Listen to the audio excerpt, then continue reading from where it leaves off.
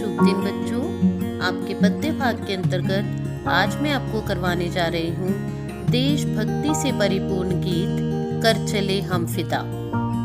कर चले हम फिदा कैफी आजमी द्वारा लिखित एक देशभक्तिपूर्ण गीत है। इस गीत में उन्होंने देश की रक्षा करते हुए अपना बलिदान देने वाले सैनिकों के हृदय की आवाज को सुंदर अभिव्यक्ति दी है। सैनिकों ने देशवासियों को देश पर मर मिटने की प्रेरणा दी है। और बच्चों, ये जो गीत है ये सन 1962 के भारत चीन युद्ध की पृष्ठभूमि पर लिखा गया है।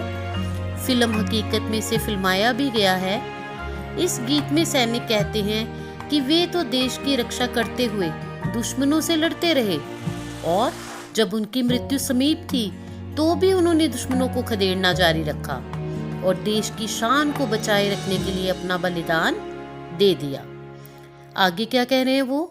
सैनिक देशवासियों को कहते हैं कि दुश्मन रूपी जो रावण है उसे रोकने के लिए अपने खून से लक्ष्मण रेखा खींचनी होगी। जैसे आपको पता ही है कि जब रावण सीता को हरने के लिए आता है तो वो भी लक्ष्मण रेखा को पार नहीं कर पाता ना। उसी प्रकार से एक लक्ष्मण रेखा हमें बनानी होगी। भारत भूमि की तरफ बढ़ने वाले प्रत्येक हाथ को तोड़ डालना होगा।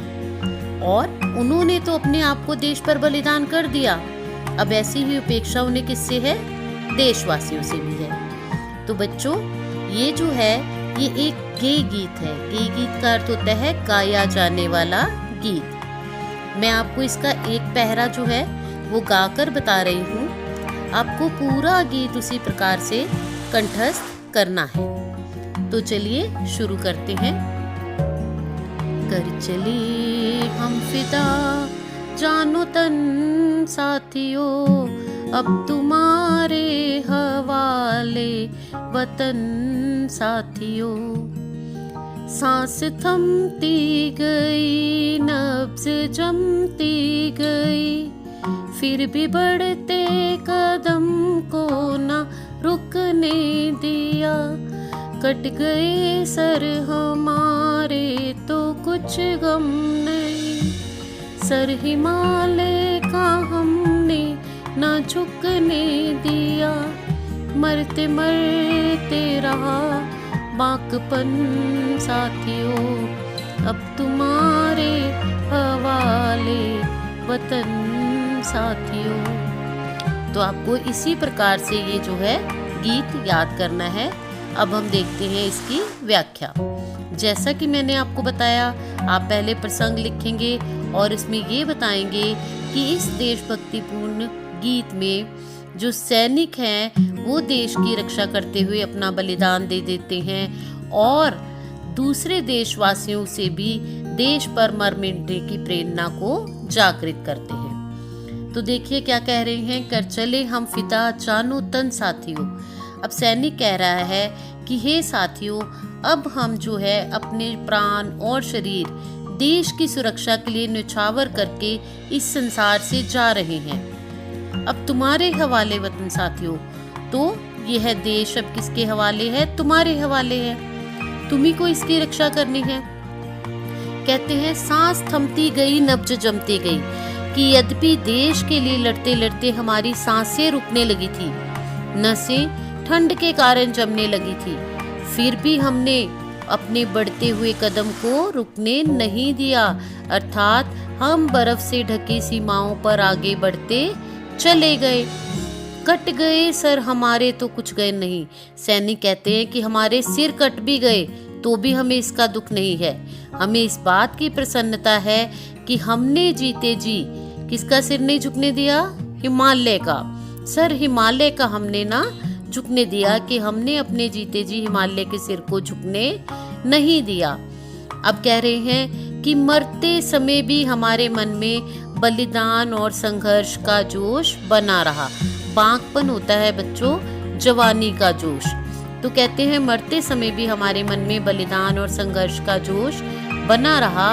तो अतः अब हम बलिदान देकर जा रहे हैं। अब इस देश की बागडोर तुम्हारे हाथ में है, तुम्हें इसकी रक्षा करनी है। सेकंड पैरा देखते हैं। जिंदा रहने के मौसम बहुत है मगर जान देने की रुत रोज आती नहीं। हुस्न और इश्क दोनों को रुसवा करे, वो जवानी जो खून में नहाती नहीं। आज धरती बनी है दुल्हन साथियों, अब तुम्हारे हवाले वतन साथियों। रुत, रुत क्या होता है? मौसम। जिंदा रहने के मौसम बहुत है, मगर जान देने की रुत रोज आती नहीं। अब कवि क्या कह रहा है कि मनुष्य को जिंदा रहने के तो बहुत से अवसर मिलते हैं, लेकिन देश के लिए बलिदान करने का अवसर कभी कभी प्राप्त होता है। तो आज जो सैनिकों को बलिदान का समय आया है, तो वो क्या करेंगे? सैनिक लड़ते हुए खून से लथपथ होकर भी धरती के सौंदर्य और प्रेम को बदनाम करेगा। हुस्न और इश्क दोनों को रुसवा करे। कहते कि प्रेम और सौंदर्य को जो है वो रुसवा का अर्थ है बदनाम करना।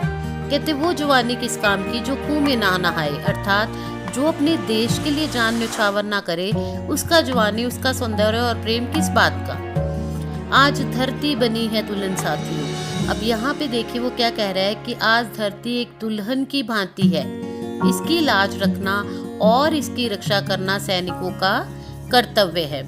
अर्थात धरती को दुल्हन का रूप इसलिए दिया गया है बच्चों, क्योंकि जैसे युवक अपनी दुल्हन को सर्वाधिक प्रेम करते हैं, उसकी सुंदरता पर मर मिटते हैं, वह तन मन से उसके लिए समर्पित रहते हैं, उसी प्रकार सैनिकों को यह धरती प्रिय है और इसकी रक्षा करना हमारा कर्तव्य है। तो आपको समझ आ गया धरती को दुल्हन क्यों कहा है। अब आगे फिर वो कह रहे हैं कि अब हम चलते हैं, अब ये देश जो है तुम्हारे हवाले है, तुम्हें इसकी रक्षा करनी है। तीसरा पहरा देखिए, राह कुर्बानियों की न वीरान हो, तुम सजाते ही रहना नए काफिले। फतेह का जश्न इस जश्न के बाद है, जिंदगी मौत से मिल रही है गले। बांध लो अपने सर पे कफन साथियों, अब तुम्हारे हवाले वतन साथियों। देखिए वीरान, वीरान होता है सूनी, सुनसान। काफिला आपको पता ही है, यात्रियों का समूह। अब यहाँ पर क्या कह रहे हैं सैनिक? सैनिक जो हैं वो ये बोल रहे हैं, जो बलिदानी सैनिकों का दूसरे आने वाले सैनिकों से है निवेदन है कि हमने अपने लिए जो बलिदान दिए हैं उसकी राह कभी सुनी नहीं होनी चाहिए। राह कुर्बानियों का की न वीरान हो। कहते हम तो जा रहे हैं, लेकिन ये ना हो कि हमारे जाने के बाद ये रास्ता सुनसान हो जाए। लेकिन कहते हैं ये जो सिलसिला है वो चलते ही रहना चाहिए। तुम नए काफिले, तुम नए यात्रियों का समूह जो है इस रास्ते पर चलाते रहना। देश के लिए मर मिटने वाले सैनिक जो हैं वो नए नए झुंड उनके तैयार होते रहने चाहिए। अब आगे क्या कह रहा है? फतेह का जश्न। फतेह क्या होता है बेटा? जीत। और जश्न होता है खुशी मनाना। कहते हैं कि जीत की जो खुशी है वो इस अवसर के बाद है, यानी कुर्बानी के बाद जो है क्या करो आप, और ये देश जो है हम तुम्हारे हवाले छोड़कर जा रहे हैं, तुम्हें इसकी रक्षा करनी है। तो अगला पहरा देखिए, लास्ट वाला। खींच दो अपने खूं से जमी पर लकीर, इस तरफ आने पाए न रावण कोई। तोड़ दो हाथ गर हाथ उठने लगे, छू न पाए सीता का दामन कोई। राम भी तुम्ही लक्ष्मण साथियों, अब तुम्हारे हवाले वतन साथियों। ये बहुत ही अच्छा पहरा है, बहुत ही रिक्वेस्ट की है यहाँ पे सैनिक ने अन्य जीवित सैनिकों को। कहते हैं हे मेरे साथियों, तुम अपने खून से धरती पर एक लक्ष्मण रेखा खींच दो ताकि यह धरती सुरक्षित हो जाए। मैंने आपको स्टार्टिंग में भी बताया था कि जिस प्रकार जब सीता राम से जिद करती है हिरण को लाने के लिए और राम जी जंगल में चले जाते हैं तो लक्ष्मण को सुरक्षा के लिए छोड़ के जाते हैं, और जब लक्ष्मण जी को भी उनके पीछे जाना होता है तो वो एक रेखा खींच के जाते हैं धनुष की, कि ना तो आप इसके बाहर जाओगे ना कोई इसके अंदर प्रवेश कर सकता है। लेकिन सीता जी बाहर जाती है तभी उनका अपहरण होता है ना। तो यहाँ पे सैनिक कह रहा है कि तुम अपने खून से धरती पर एक रेखा खींच दो ताकि यह धरती सुरक्षित हो जाए। इस रेखा को पार करके आने का कोई शत्रु साहस न कर सके। अब क्या कह रहे हैं? इस तरफ आने पाए न रावण कोई। अर्थात इस सीमा के अंदर कोई भी रावण अर्थात कोई भी शत्रु न घुस सके। यदि किसी शत्रु का हाथ भारत माता की ओर उठे तो क्या करो उसे? उसे तोड़ कर रख दो। जैसे सीता के पवित्र दामन को छूने का साहस कोई नहीं कर सकता, उसी प्रकार हमारी भारत भूमि को कोई भी नहीं छीन सकता। और फिर कहते हैं, हे सैनिकों, तुम ही राम हो और तुम ही लक्ष्मण हो, अर्थात इस देश की रक्षा का पूरा भार तुम पर है। अब देश की रक्षा का भार हम तुम्हें सौंप पर जा रहे हैं और तुम्हें इसकी रक्षा करनी है। तो बच्चों, आशा करती हूँ आपको ये गीत समझ आया होगा। क्योंकि ये गीत देशभक्ति की भावना से परिपूर्ण है और गेय गीत है, तो आप इसका आनंद लेते हुए इसे गाइए और इसके अर्थ को समझिए। और आप प्रश्न उत्तर पुस्तिका में लिख लेना। कोई डाउट, कोई क्वेरी हो तो मुझे कांटेक्ट करना। धन्यवाद।